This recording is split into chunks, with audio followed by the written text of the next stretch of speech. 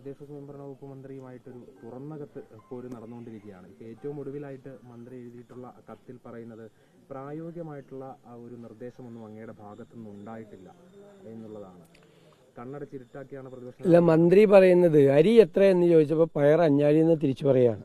ഞാൻ ചോദിച്ചെന്താ, ഞാൻ പറഞ്ഞത് കൃത്യമായ കാര്യമാണ്. മഴക്കാല പൂർവ്വ ശുചീകരണം നടന്നില്ല. ഇപ്രാവശ്യം ദയനീയമായി പരാജയപ്പെട്ടു.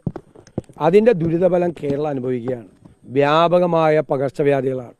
മഞ്ഞപ്പിത്തം, കോളറ, മലമ്പനി, ഷിഗല്ല, ഒരുപാട് അസുഖങ്ങളാണ് വ്യാപകമായി.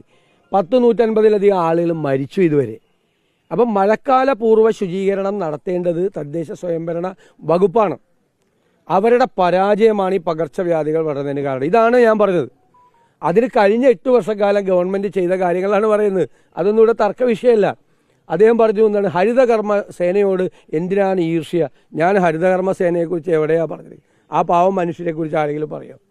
ഞാൻ വെറുതെ പറയാണ്. ശരിക്കും പറഞ്ഞാൽ യൂസർ ഫീ ഏർപ്പെടുത്താൻ പോയി. യൂസർ ഫീ കൊടുത്തില്ലെങ്കിൽ, യൂസർ ഫീ കൊടുക്കാത്തവർക്ക് ആർക്കും ലോക്കൽ ബോഡിയിൽ നിന്ന് ഒരു സേവനവും കൊടുക്കരുതെന്ന് പറഞ്ഞു. ഞാൻ പറഞ്ഞത് അത് ഭരണഘടനാ വിരുദ്ധമാണ്, പൗരാവകാശ ലംഘനമാണ്. നിങ്ങൾ നികുതി അടച്ചില്ല. നികുതി അടച്ചില്ലെങ്കിൽ നിങ്ങളുടെ വീട്ടിലെ ഇലക്ട്രിസിറ്റി കട്ട് ചെയ്യുമോ? നിങ്ങളുടെ വെള്ളം കട്ട് ചെയ്യുമോ? നിങ്ങളുടെ റേഷൻ കട്ട് ചെയ്യുമോ?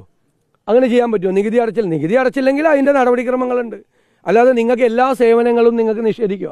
അതുപോലെ യൂസർ ഫീ അടച്ചില്ലെങ്കിൽ എല്ലാ സേവനങ്ങളും പഞ്ചായത്തിൽ നിന്ന് കട്ട് ചെയ്യും എന്ന് പറഞ്ഞപ്പോൾ അത് ചെയ്യാൻ പാടില്ല, അത് ഭരണഘടനാ വിരുദ്ധമാണെന്ന് പറഞ്ഞു. സത്യമല്ലേ? അത് ഹരിതകർമ്മ സേനയായിട്ട് എന്താ ബന്ധം? ഹരിതകർമ്മ സേനയോട് എന്തിനാ ഈർഷ്യ? ഹരിതകർമ്മ സേനയെക്കുറിച്ച് ഞാൻ ഒരു വാക്കും ഒരു സ്ഥലത്തും ഈ വർത്തമാനത്തിൽ എങ്ങും പറഞ്ഞിട്ടില്ല. നിങ്ങൾക്കറിയാലോ, നിങ്ങൾക്ക് അതിൻ്റെ രേഖകൾ കിട്ടുന്നത്. അത് കുശാഗ്ര ബുദ്ധിയാണ്.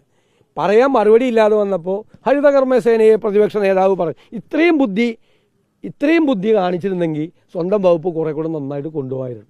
അതാണ് എനിക്ക് പറയാനുള്ളത്. ഞങ്ങൾ ചോദ്യം ചെയ്യില്ല. ഒരു വകുപ്പിൽ തെറ്റ് ചെയ്യുമ്പോൾ മഴക്കാല പൂർവ്വ ശുചീകരണം നടക്കാതെ ആ വകുപ്പ് കുറ്റകരമായ അനാസ്ഥ കാട്ടി എന്ന് ഞങ്ങൾ പറയണ്ടേ? ഞങ്ങളുടെ ജോലി അതല്ലേ. അത് പറയുമ്പോൾ തെറ്റ് തിരുത്തണ്ടേ? തെറ്റ് തിരുത്തുന്നതിന് പകരം വേറെ കുറേ കാര്യങ്ങൾ ഇങ്ങനെ പറഞ്ഞുകൊണ്ടിരിക്കുകയാണ്. അപ്പോൾ കഴിഞ്ഞ 8 കൊല്ലത്തെ കാര്യം പറയണമെങ്കിൽ അത് വേറെ ചർച്ച നടത്താം. 2017 7 പദ്ധതികൾ പ്രഖ്യാപിച്ചു. 5 മെഗാവാട്ട്, അതായത് വേസ്റ്റ് ടു എനർജി, വേസ്റ്റിൽ നിന്ന് മറ്റേ വൈദ്യുതി ഉണ്ടാക്കുന്ന പദ്ധതി. ഇപ്പം എത്രയും കൊല്ലം? 2017 തുടങ്ങിയത് 2024. എവിടെയെങ്കിലും തുടങ്ങിയ? എന്നെക്കൊണ്ട് പഴയ കാര്യം പറയിപ്പിക്കണ്ട. ഞാൻ പഴയ കാര്യം അല്ല പറഞ്ഞത്. ക്രിയാത്മകമായി എന്ത് കാര്യം മുമ്പോട്ട് വെച്ചാലും ഞങ്ങൾ അതിനെ പിന്തുണയ്ക്കും. ഞങ്ങൾ അതുമായിട്ട് സഹകരിക്കും.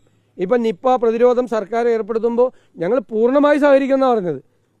ഞങ്ങൾ തന്നെ ആളുകളോട് പറഞ്ഞു സർക്കാർ പറയുന്ന എല്ലാ കാര്യങ്ങളുമായി പൂർണ്ണമായി സഹകരിക്കണം. പക്ഷേ ഇതൊരു തെറ്റാണ്. എന്നിട്ട് മന്ത്രി മറുപടി പറഞ്ഞത് കൂടി നിങ്ങൾ അറിയണം. ഇലക്ഷനായ ഇതൊന്നും ഈ തോടുകളും കാനകളും ഒന്നും ക്ലീൻ ചെയ്യണ്ടേ? ഈ മാലിന്യം മുഴുവൻ കുമിഞ്ഞുകൂടി മനുഷ്യൻ്റെ കുടിവെള്ള സ്രോതസ്സിൽ വരെ മാലിന്യമെത്തി. കോളിഫോം ബാക്ടീരിയയാണ്, മനുഷ്യ വിസർജ്യത്തിൻ്റെ അംശമാണ് കുടിവെള്ളത്തിൽ മുഴുവൻ. അത് മുഴുവൻ കുടിക്കുകയാണ് ആളുകൾ. വ്യാപകമായ രോഗങ്ങൾ പടർന്നു പിടിക്കുകയാണ്. അതിൻ്റെ ഉത്തരവാദിത്തത്തിൽ നിന്ന് ഒഴിഞ്ഞു പോകാൻ നിങ്ങൾക്ക് കഴിയില്ല മന്ത്രി. അതുമാത്രമേ എനിക്ക് നിങ്ങളോട് പറയാനുള്ളൂ.